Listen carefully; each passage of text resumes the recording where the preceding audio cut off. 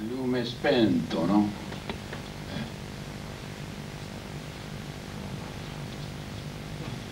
Found at Spoleto. I walked into a lodge in the Teatro Melisso, the lovely Renaissance salle where the poetry readings and the chamber concerts were held every day of the Spoleto Festival, and suddenly saw Ezra Pound for the first time, still as a Mandarin statue in a box in a balcony at the back of the theater, one tier up from the stalls.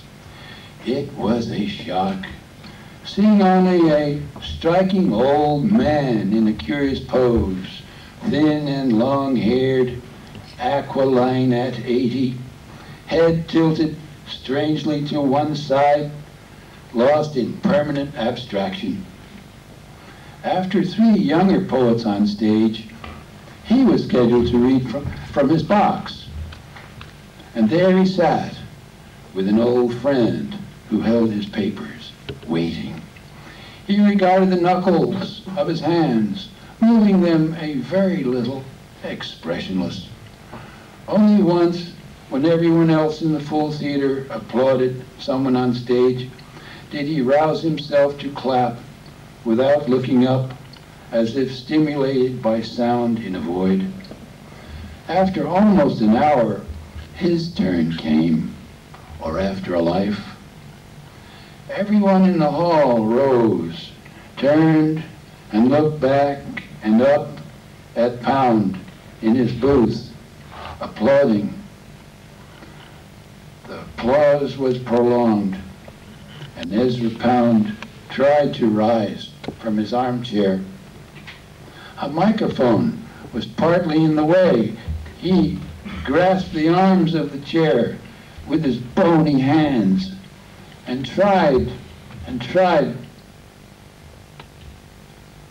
He could not.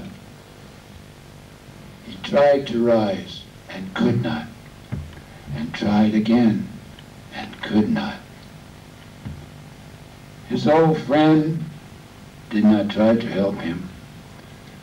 Finally, she put a poem in his hand, and after at least a minute, his voice came out. First, the jaw moved, and then the voice came out, inaudible. A young Italian pulled the mic up very close to his face and held it there. And the voice came over, frail but stubborn, higher than I had expected, a thin, soft monotone. The hall had gone silent at a stroke. The voice knocked me down, so soft, so thin, so frail, so stubborn still. I put my head on my arms, on the velvet sill of the box. I was surprised to see a single tear drop on my knee.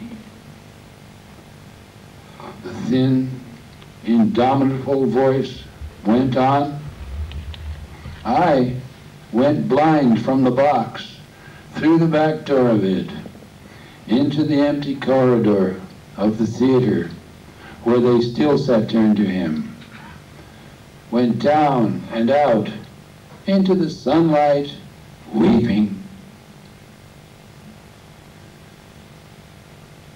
Up above the town, by the ancient aqueduct, the chestnut trees were still in bloom. Mute birds flew in the valley far below. The sun shone on the chestnut trees, and the leaves turned in the sun, and turned, and turned, and turned, and would continue turning. His voice went on and on through the leaves.